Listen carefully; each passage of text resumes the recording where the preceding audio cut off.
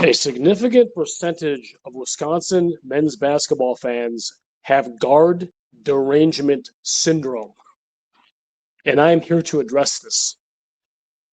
If you're still with me, throw old scary a like and a subscription. I was appreciated. So, after Wisconsin, and I will freely admit this was a disappointing end to the season. They lost a High Point, an end to an otherwise really, really strong season. But I wanted to wait a little bit of time before addressing the Greg Gard elephant in the room, to let me kind of gather my thoughts and try and do a more reasoned assessment of where we are. But today became the day when I'm going to do this. And the precipitating factor was Donovan Davis, a four-star Wisconsin in-state player, really, really good player, committing to Iowa State over Wisconsin in basketball. And the things that I have seen on social media and a few message boards, I'm not a big message board guy, but people have forwarded me things, has prompted me to do this today. I was going to wait a little longer. But we're getting the same old Greg Gard can't recruit. Greg Gard can't get in-state players who are any good. Blah, blah, blah, blah, blah, giggity, giggity, the routine.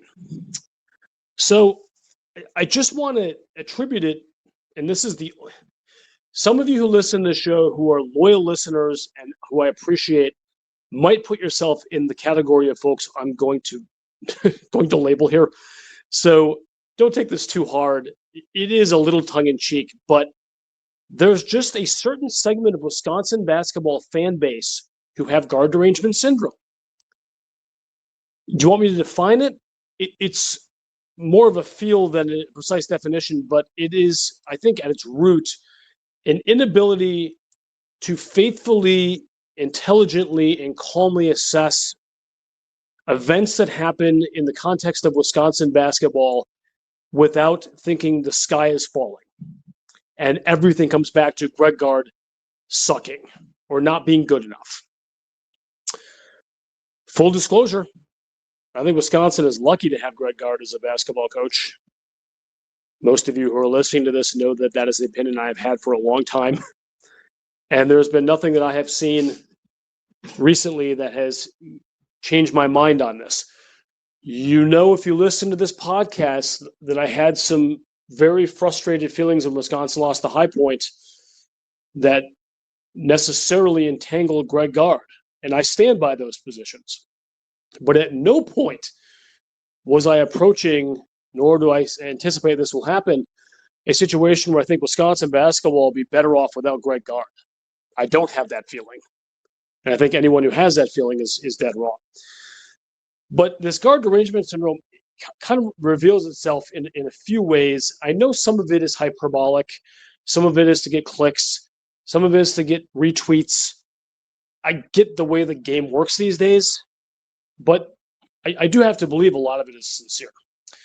So there are things that kind of underpin this. Gard can't recruit in high school. Gard can't recruit in the transfer portal. Gard doesn't win. Those are the bedrocks. And I want to really quick just touch upon these again with Davis to Iowa State as the precipitating factor and see where we are. So Greg Gard can't recruit, and more specifically, Greg Gard can't recruit Wisconsin high school players who are any good. I don't know what to tell you here, guys. I mean, I believe I've brought this up in the past on a number of occasions, but Davis's reason for going to Iowa State, I suppose, could be that he just liked Iowa State's basketball program better than Wisconsin's, but this is a recent phenomenon. I don't think Greg Gard has the same amount of NIL and money resources to land the same guys that other programs are getting. So this could have very well come down to a basketball player who liked Wisconsin, maybe even liked it better than Ames, Iowa, and Iowa State and Elzelberger. But they're paying him so much more money. I don't have the ledgers in front of me, but you can take my word at this, that the NIL package that the Iowa State Cyclones gave Donovan Davis was better than that Wisconsin had. You cannot blame Greg Gard for that. The same Greg Gard, who is, depending on if you believe the chatter and the reports, was so frustrated about the NIL situation during the early parts of the transfer portal this year before McIntosh left that he was seriously talking about leaving. We don't have the same NIL resources. So, and this is a theme we're going to keep going back to on this, holding Greg Gard to the same standard as other schools with higher NIL resources in high school recruiting is unfair. It just is. And you can say, well, it doesn't matter. Everything is black and white in life. And he sucks. Yeah, man, sorry. I know you average 1.7 points per game as the backup forward on your JV high school team, but it doesn't mean that nuance ceases to exist just because you have an opinion. So, the upper tier of this is that Gard doesn't have the resources, but I don't even buy the premise that Greg Gard is not a good high school recruiter and that he does not recruit good high school students and players out of the state of Wisconsin. You had a composite 4-star Wisconsin player in Zach Kinzinger in the 2025 class, guys. And there was someone on Twitter I saw today said Wisconsin's been 10 years since Wisconsin landed a 4-star Wisconsin recruit. That's false. It's clickbait. It's BS. Okay. So, again, Wisconsin does recruit 4-star. There has been a notable dearth of the elite guys going to Wisconsin, and that is true. That is a fact. And for the reasons I just mentioned, that is probably why it's been happening lately. There were other reasons of why it wasn't happening before, related to AAU teams and what they felt about Gard. I'm not going to get into all that now. But to say Greg Gard can't recruit talent, Johnny Davis, whatever you think about his NBA career or lack thereof, he was a lottery pick. He was a Greg Gard recruit. He was an All-American. He was a Big Ten Player of the Year kind of guy in 2022. That's a Greg Gard recruit. What are we doing here? And he's a Wisconsin guy. If you want to take it out and talk about guys who are not Wisconsin players in their prep years, but ended up really good, let's do that. Duke just, if you believe it, certain reports, just paid $3-4 million for a Greg Gard recruit, John Blackwell. Chucky Hepburn, same deal with Louisville. Guy was a really good player for Wisconsin. Someone else paid him a ton more money. That's objectively saying that Greg Gard can recruit. Okay. Nolan Winter, who everyone here was applauding that Greg Gard held on to and is now on the Badgers. That's a Greg Gard recruit. Greg Gard can recruit high school players. And I'm going to flip to the next one. Greg Gard, although he remains frustrated with the amount of money he has to use in the transfer portal, somehow, some way, keeps nailing the portal too. You don't take a GD dart in your hand and throw it at a dartboard with a bunch of pictures on them and somehow end up with guys like Gard has ended up with in the transfer portal. You do not end up with a Nick Boyd by guessing. You don't do it. You don't get an AJ Storr by guessing. You do not end up with an all Big Ten first team, All-American caliber player like John Tonji in the portal if you're throwing darts. Okay? And that's just a few of the guys. Greg Gard is a damn good recruiter in the transfer portal with nowhere near the resources of elite teams that he's competing with. Okay? So, yeah, Greg Gard can recruit in the transfer portal. Greg Gard can recruit in normal traditional high school recruiting, as he has proven. And along with all of these, Greg Gard can develop talent. We'll use John Blackwell again and Noel Winter again. These were 3-star guys. I think Winter has a 4-1 service, but these were not elite players. He came in, developed them, turned them to really, really good Big Ten players, all conference caliber players who all kinds of other schools are trying to pay millions of dollars to. Does that just happen by magical happenstance? Greg Gard can't get it done. Greg Gard can't coach. Greg Gard can't recruit. You have guard derangement syndrome. It is a medical condition. The DSM-5 does not currently recognize it, but hopefully they will in the near future. Okay, I'm going to be real clear here when I say this.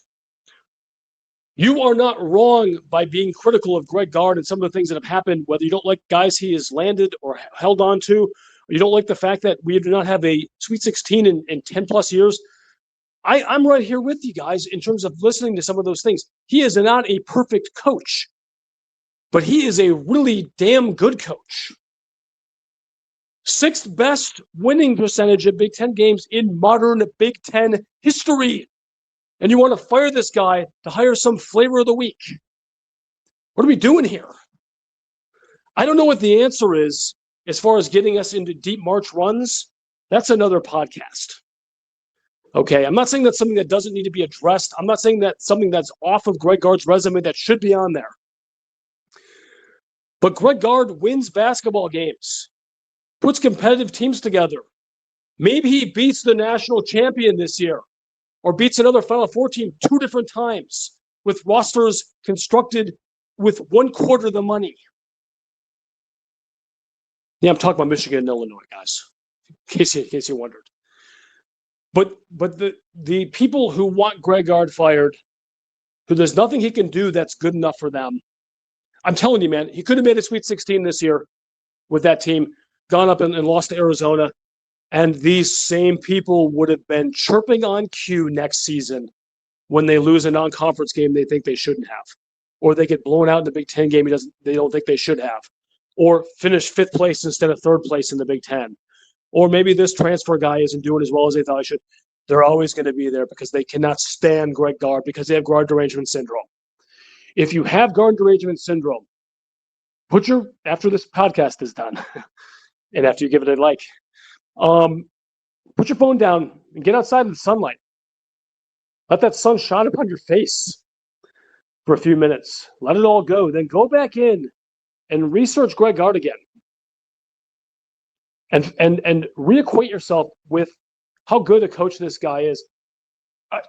One thing we never talk about here is how good a man he is too. I'm not saying that determines who the best basketball coaches are, but he's also a genuinely impressive human being and a good dad and a good husband and the kind of guy you want in that locker room representing your school. I'm sorry, guys. I am not beyond criticizing Greg Gard, and there are things that I've criticized him for on this very podcast that I stand by, but you don't have to be crazy about it. Be normal with your criticisms. Don't always find the negative possible spin on anything he does. Getting back to Donovan Davis, you can lament the fact that Wisconsin didn't secure a guy who liked the Badgers, who was a really, really highly regarded 4-star in-state recruit. But you don't have to say Greg Gard is a failure because he didn't get him, because he is not a failure. He's really damn good. I'm a little frustrated here, guys. I've seen one too many posts from some moron. I can't do it. I need to say something. I'm a little bit angsty right now. Anyway, thank you for listening, as always. And Scary Alvarez is out.